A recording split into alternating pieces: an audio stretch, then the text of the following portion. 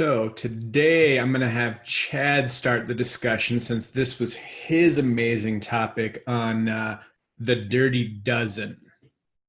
So Chad, what do you have written down?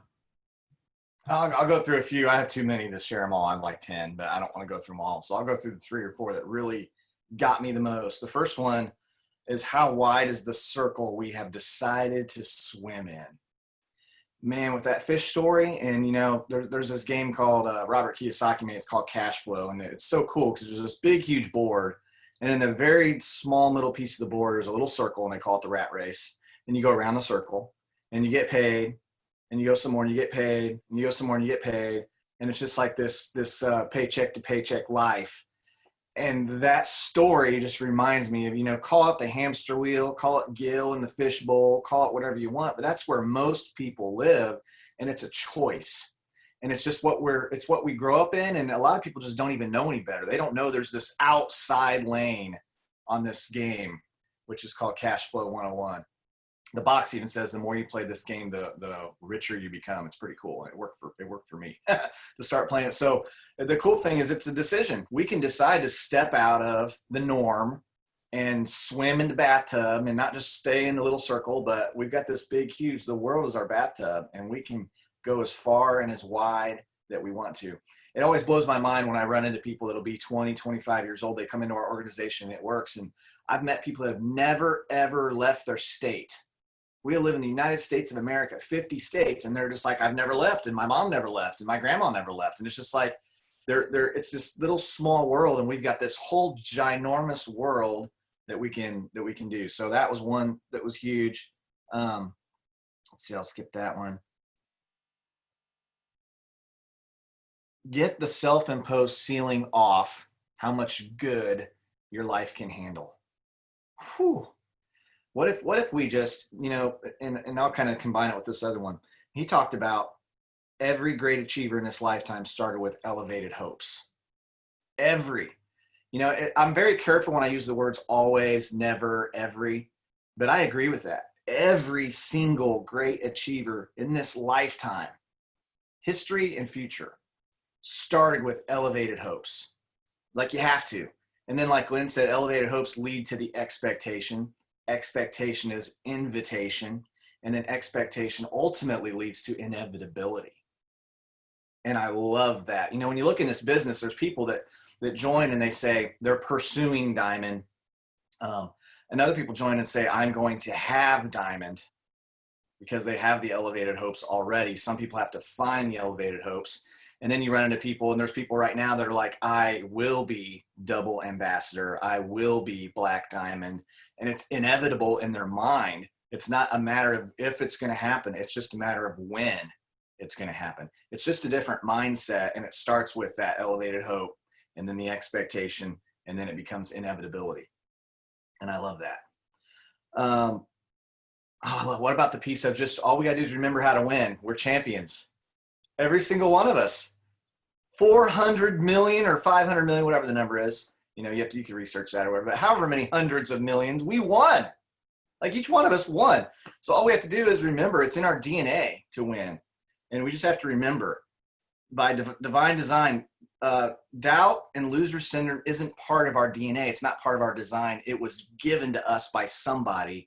Those toxic, poisonous seeds were planted at some point. And we just have to understand that that's not supposed to be part of us, figure out how to get rid of it, remember how to win, and live the life we were created to live. And so I love that. And we'll do a couple more here. So we're all winners by divine design. It's so cool. Hey, baby, what are you made of, and how badly do you want it? Isn't that really what it boils down to? And what we're made of in large part becomes who we're hanging around with the most. You always hear the 5 people you hang out with the most. I've heard people say that your income gets within like $5,000 of the sum of the 5 people you hang out with the most, because when you buy into someone's opinions, you're buying into their lifestyle. And if you're around a bunch of people who agree on everything, you begin to agree on everything with them. So be very aware of that and careful of what philosophies and opinions that you've bought into, because it does matter. And it has gotten you to where you are now, and it will continue to take you where you're going to go. Let's do like, how about the crying one? Man, I was just like, people, we get all uncomfortable, right? People cry, go for the tissue. Stop it, stop it, stop it, stop the leaking, stop the leaking. When that's healing, it's like healing waters. People just need to just feel. It's like our culture and our society say, don't feel, don't feel, don't feel. Run from your feelings. Don't embrace your feelings. That's weird. That's uncomfortable. So, he said, don't shut it off. And I think the last one I'll say here that he said was, he's talking about the money one, that money doesn't grow on trees. It's not that available, and it plants the seeds of struggle. And he said that life, it's that self-fulfilling philosophy, right? Life is going to follow our opinions. So if you are of the opinion that money is hard to come by, you're making money hard to come by. If you follow the opinion that there's abundance and there's plenty to go around and there's everything, now you can hold it very loosely and know that tons of it is going to come your way. And it's those opinions that we have about so many things. So I'll stop there. I love this. This is the second time I've gone through it. I got brand new things this time. And this is one that you could go back through and study and teach your team, because these are very important. And like you start off saying, well, a lot of these, we don't even know that this has become an issue in our life because no one's put their finger on it and said, hey, what about this? Are you believing this? And so now that you know, you can go through and do something about it. So I loved it, Joel. What do you think? I thought it was mind blowing. I have probably 12 pages of notes. All right, Tay, what do you got? Yeah, so good. It was funny because as he was listing those 12, I was trying to go back and think of the people who actually told them to me so I can go back and give them a few words, because I was like, I've heard all of those, plus more. But just so much good. I think some of the ones that I actually written down, I've written down 4 that I want to share. There was some Chad wanted to share as well. I think the first one that really stuck out to me, he said, we're creatures of habits. And for me, he posed a question like, what are your habits? One of the beliefs that I've grown to believe is we repeat what we don't repair. So if your circumstances change and you don't, then you're going to self-sabotage until you get back into similar circumstances. So for me, it's always about, not really focusing on the circumstances of what you're going through, but what can you learn from it? How can you grow from it? And what can you change so that when your circumstances do change, or when you change your circumstances, then you're not going to go back to those same habits or go back to those same patterns that got you there in the first place. And the second thing he talked about, same thing Chad talked about, how wide is the circle you've decided to swim in. And then he asked why. And then he said it's decided by you. And I just think about our journey. For us, one way for us to measure it is every 2 years now we've moved. And for us, it's not about the house that we've moved in. I think every time that we've moved, I think we have decided that, the level that we decide to live on, it's almost, Carrie always talk about setting your thermostat. She kind of puts us at setting her money thermostat. We understand if we can continue to keep, this is all we can earn. If we stay here, then we're going to build a life around that. But when we decide that, we're not a God who's going to just let us settle on whatever level we think he's a God of more. And because he knows the more that we get, the more that we want to do, the more good things that we can do. So we continue to raise that thermostat. And as we do so, we're not just raising it because we want a bigger house. We're raising it because we can make a bigger impact. We're raising it because we're pushing ourselves outside of our comfort zone to get in bigger circles and surround ourselves with people who are going to help us grow to that next level. Me and Carrie was talking last night, and she said something I thought was very interesting. She said, I want to always be the dumbest one in the room. When I have conversations with people, I want to go in that conversation knowing I'm about to grow. The things that they're going to speak into me are things I don't know and things that I need to know for the future. So that was just inspirational for me. And I love the fact that he said dreams are havable. And I think they are very havable. But the first thing, they have to be believable. And then they have to be, like you said, doable. You have to actually put in the work. You have to take the steps day in and day out. And so I put the third thing he said, part of success is being met with resistance. And I love that because I think that's just part of the nature of just network marketing. And what I thought about is this one quote I thought about when he said that. It says, when people criticize you for doing what you think is right, then it should be a sign that you're on the right path. And I think once you get into this company and you start to go out and you start to tell people, and you're all excited, and you tell them, hey, I just started this new journey. I just started my new business. Will you support me? And you get a lot of negative feedback from people because they've probably gotten messages from people before and they decided not to do it. So now that you're doing it, it's not that they're telling you, no, they don't want the products and they don't want the opportunity. They're telling themselves that they should have took a chance. So they're going to take the negativity out on you. So I think you have to understand, like when you get in this business, we always talk about go for the no's, get as many no's as you can get and go ahead to get it out the way, and just understanding that you're going to face that resistance. But as you just continue to build through that, it's you telling yourself, when I decided to sign up, my why is stronger than these no's that I'm going to get in the beginning. And you just have to continue to push forth and just continue to reach out to people, understand that it is a numbers game. You have to continue to build up your confidence. You have to continue to talk to people over and over about the opportunity. And just the last thing, and it's something else Chad shared. He said, your life will follow your opinion. And I believe that you are the most important person you would talk to or listen to, because ultimately at the beginning of the day, at the end of the day, like, you're going to go to where your mind says you can go. If you believe you can go diamond, then you're going to go diamond, because you're going to find a way and not excuses. If you don't believe you can't go diamond, then you're not going to go diamond, because you're not going to do the things that it requires. So for me, it just goes back to, I keep talking about these books because I love the title of it. It takes what it takes. There's just no way around it. The things that you want in life, you have to do the things. You have to take the step every single day. If you know there's stairs that needs to be climbed, you can't wish your way to the top of those stairs. You have to put one foot in front of the other, and you have to continue to take those steps until you get to the top of the steps. So it's the same thing with this business. Whatever you want within this business is possible. You don't have to settle for Ruby. You don't have to settle for Diamond. You don't have to settle for Ambassador. This amazing company has given you the opportunity to literally build a legacy for your family. But you have to put in the work. You have to show up to the family call. You have to show up to the conference. You have to do all the things that it requires to get the things that you want.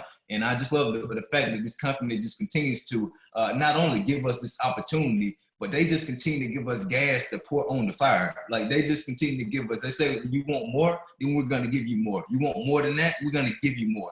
So you just have to be just mindful of the opportunities that we have, and just continue to show up and put in the work every single day. And I think if you do that, then, like you said, it's inevitable that your dreams won't come to pass. Like, it has to come to pass, because not only do you see it, not only do you believe it, but you're actually doing the work necessary for it to come to pass. So this was different for me. I just love the fact that I just laughed the whole time. Like, he was very funny, but he was very real in it, and just the stories that he had just had so much purpose that you can just take it and you can kind of see, like, the way that we see people like that. That's why it's kind of hard for us to have friends outside of network marketing, because we're like, they're the goldfishes. Like, we see them going around in a circle, and we're like, hey, look, it's a whole different world over here. Like, you can get in the bathtub and you can just do this, but they can't see it. But it's about us taking them outside of the comfort zone. It's about us pushing them and putting them into these new circumstances so that they can see there's more and there's a different way of doing things. So this was a good one for me. It was kind of unexpected, but it's probably one of my favorites just because it was so funny, and just the content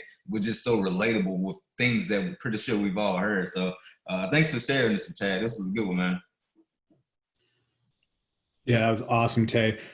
Two things that I wanted to point on that you said: claiming will do more than hoping and wishing ever will, and going out and expanding others' experiences.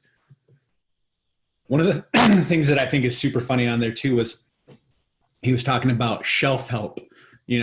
People get stuff and then they just put it on the shelf, so it's not really helping. That's why I love this short story of self-help. You can't help yourself because yourself sucks. That's why personal development is important, because you're developing as a person. You're taking outside experiences and outside information and knowledge and applying it and making it better. But it won't help you if you leave it on the shelf. So the dirty dozen that he had, the 12 biggest lies that we've been told in our life, I'll just go ahead and recap all 12 of them so everybody has them. Number 1, I'll believe it when I see it.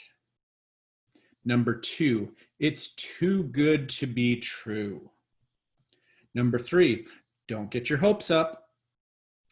Number 4, nice guys finish last. Number 5, sticks and stones will break my bones, but words will never hurt me. Number 6, age is wisdom. Number 7, you don't know what you've got until it's gone.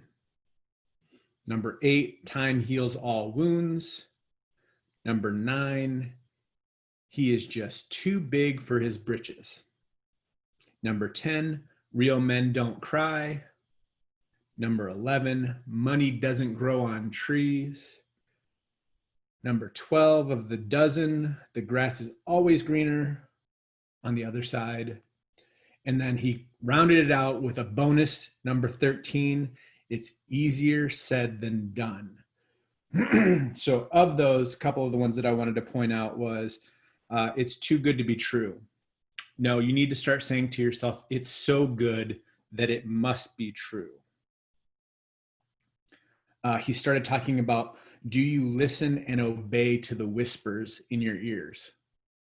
You know, these are unconscious things that are designed to help you and protect you. So you should listen to them and then obey them immediately for the best results.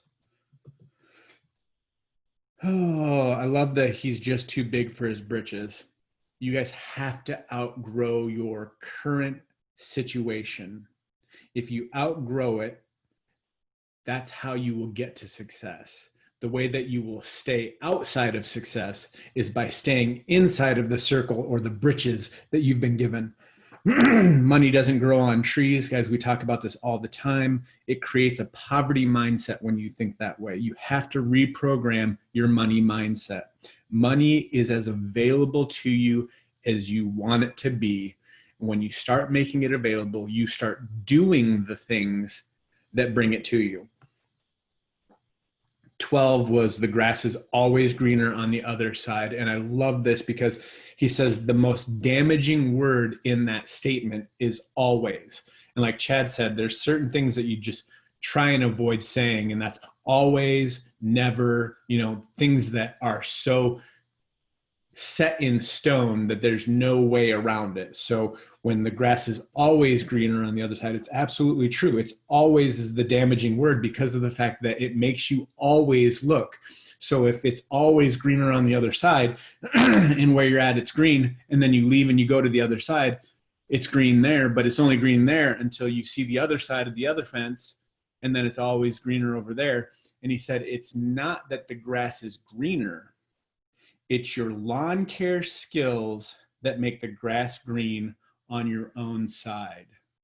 So if your lawn care skills aren't up to snuff, when you get to the other side, that green grass is going to turn brown after 90 days. You're going to see the green grass again. You're going to go over, and your lawn care skills are going to cause it to brown again. You need to get good at developing the lawn care skills to keep the grass green where you are. And then the last thing that I'll say that was pretty much his culminating statement of all of these is that your mind is what creates your life. What life are you having your mind create for you? Guys, mindset is so important. And then the mindset that you have turns into the words that you say, and the words that you say put out what is going to happen in your life. And when those things line up with the things that you want, you will have the success that you're looking for. Guys, go out and make it an awesome day. Go back through, watch this again, take more notes. We can't wait to hear all the amazing things that you've learned from it. Guys, have a great week. We'll see you next time.